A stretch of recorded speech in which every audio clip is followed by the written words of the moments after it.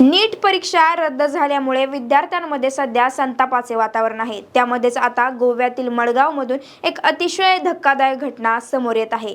नीट परीक्षा रद्द झाल्याच्या तणावातून एका 17 वर्षीय विद्यार्थ्याने आपले आयुष्य संपवले असून मडगाव जवळील कुडतरी येथे ही घटना घडली। मूळचा बंगळुरूचा असलेला हा विद्यार्थी मडगावमधील एका उच्च माध्यमिक विद्यालयात शिक्षण घेत होता। नुकतीच नीट परीक्षा रद्द झाल्याची घोषणा झाली आणि ती पुन्हा द्यावी लागणार या विचाराने तो प्रचंड मानसिक तणावाखाली होता। मंगळवारी रात्री त्याने राहत्या घरी गळफास लावून आत्महत्या केली। पोलिसांना घटनास्थळी एक सुसाईड नोट सापडली असता या चिठ्ठीत त्याने हताशपणे नमूद केले आहे की यापुढे आपल्याला कोणत्याही स्पर्धात्मक परीक्षांना सामोरे जायचे नाही। परीक्षांचे वारंवार बदलणारे नियम, गोंधळ आणि भविष्याची चिंता यामुळे या विद्यार्थ्याने हे टोकाचे पाऊल उचलले आहे।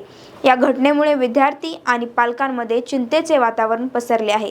शैक्षणिक व्यवस्थेतील या गोंधळाचा बळी आणखी किती विद्यार्थ्यांना द्यावा लागणार असा संतप्त सवाल आता उपस्थित होत आहे। शिक्षण व्यवस्थेच्या या गोंधळलेल्या कारभाराबाबत तुमचं नक्की काय मत आहे हे कमेंट्समध्ये सांगायला विसरू नका आणि अशाच महत्त्वाच्या बातम्यांसाठी पाहत रहा .com महाराष्ट्र। त्याचबरोबर YouTube चॅनलला सबस्क्राईब करायला विसरू नका।